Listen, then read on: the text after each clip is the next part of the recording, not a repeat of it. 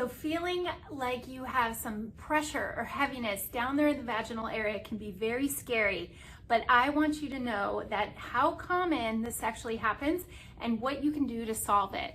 And my name is Dr. Dawn. I'm a pelvic floor physical therapist, co-owner of Level 4 PT and Pilates, and we help women all the time who want to avoid medications and surgery and live their best life without painful or frustrating issues when it relates to some of those female problems that come up in life. So for women who are experiencing pressure or heaviness down there in the vaginal area, it can be very scary. At times, women have told us they felt like there was a bulge, like a golf ball size feeling down there, or they actually see something protruding out of their vaginal area.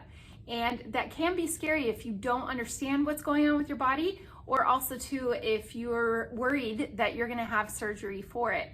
So you can have different stages of what's called pelvic organ prolapse.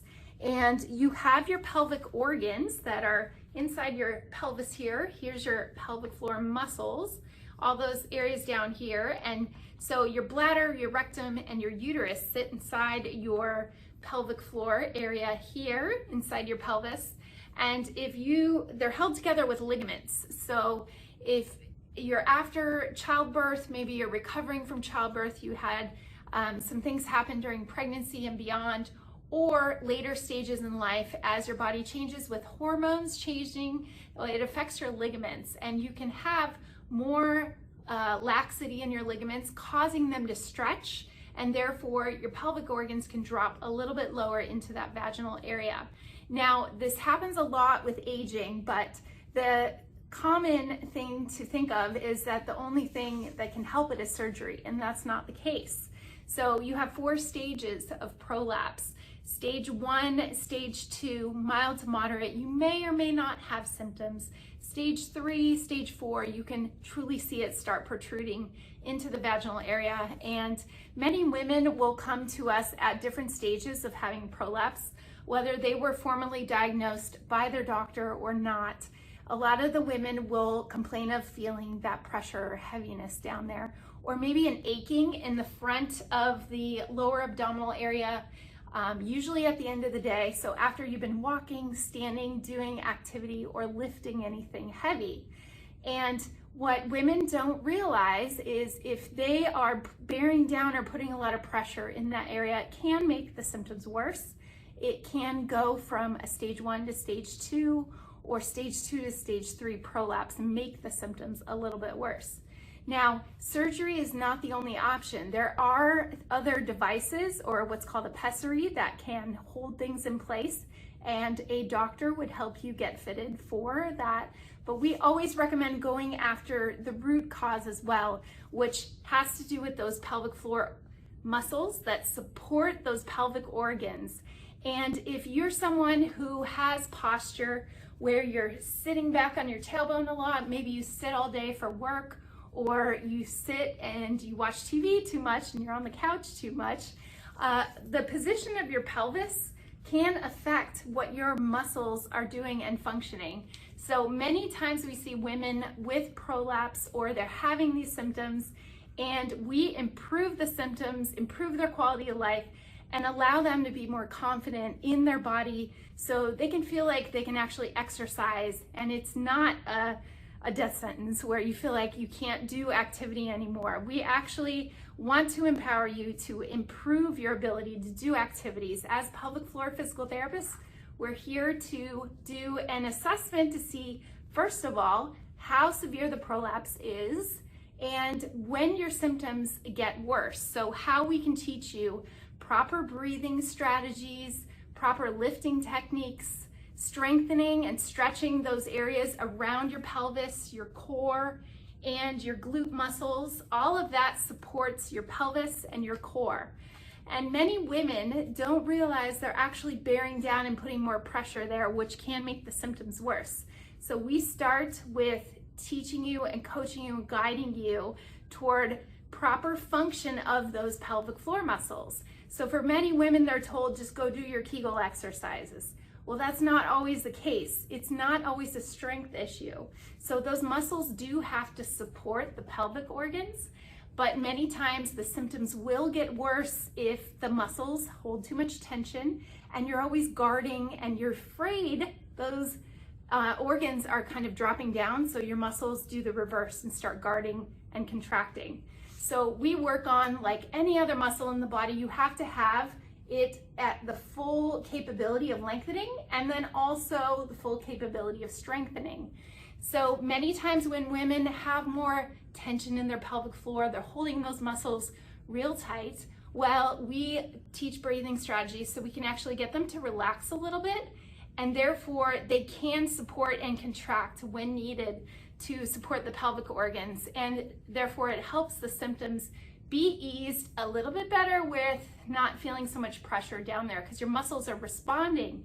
So if that makes sense, a lot of women end up tightening their abs, pulling in their pelvic floor, and contracting all those muscles, which actually make the symptoms worse.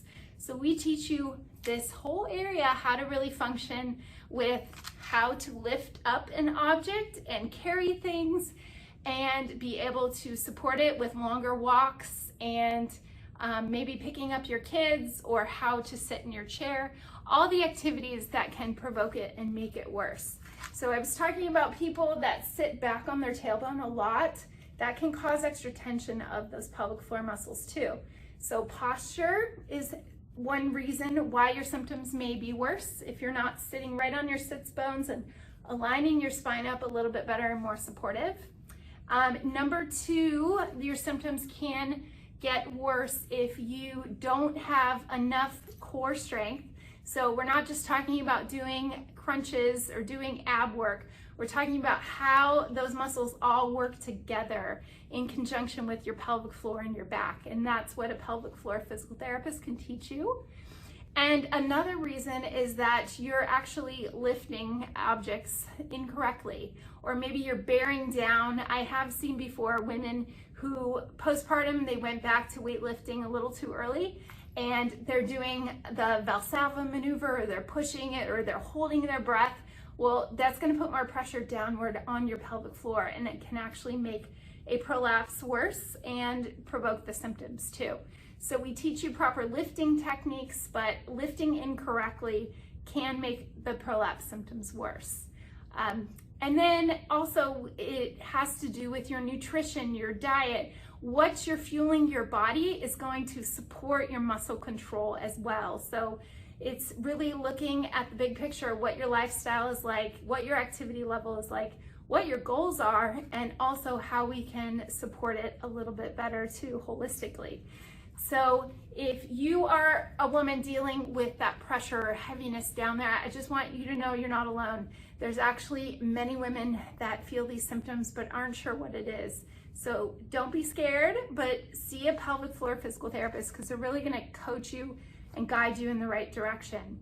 Now, with that pressure or heaviness, in conjunction with the ways that we treat and help support it, Pilates exercise can be a great adjunct to that. Pilates can connect your mind with your body and control of your pelvic area, your core muscles, and it can really support those pelvic organs from feeling like they're not dropping down, but you're getting more support from your inner thigh muscles, your pelvic floor muscles, and your glutes. So there are many ways to help solve the prolapse and just feel like you're more in control of your body by having the pressure or heaviness down there. Don't be scared, but see a pelvic floor physical therapist before you opt for surgery. No matter what, it can help you even heal faster after surgery if you end up having it, but you want to go after the root of the problem, which has to do with the pressure and also the pelvic floor muscles if they're functioning correctly. So if you learned something from this video and you want to watch more, move on to what happens after a hysterectomy and what women don't know, because we work with women all the time after surgery, before surgery, but really healing your body the most optimal way. We want to help and guide you and support you. So if you like this video, hit subscribe on this channel, and we'd love to have you watch more videos to help support your body and your healing.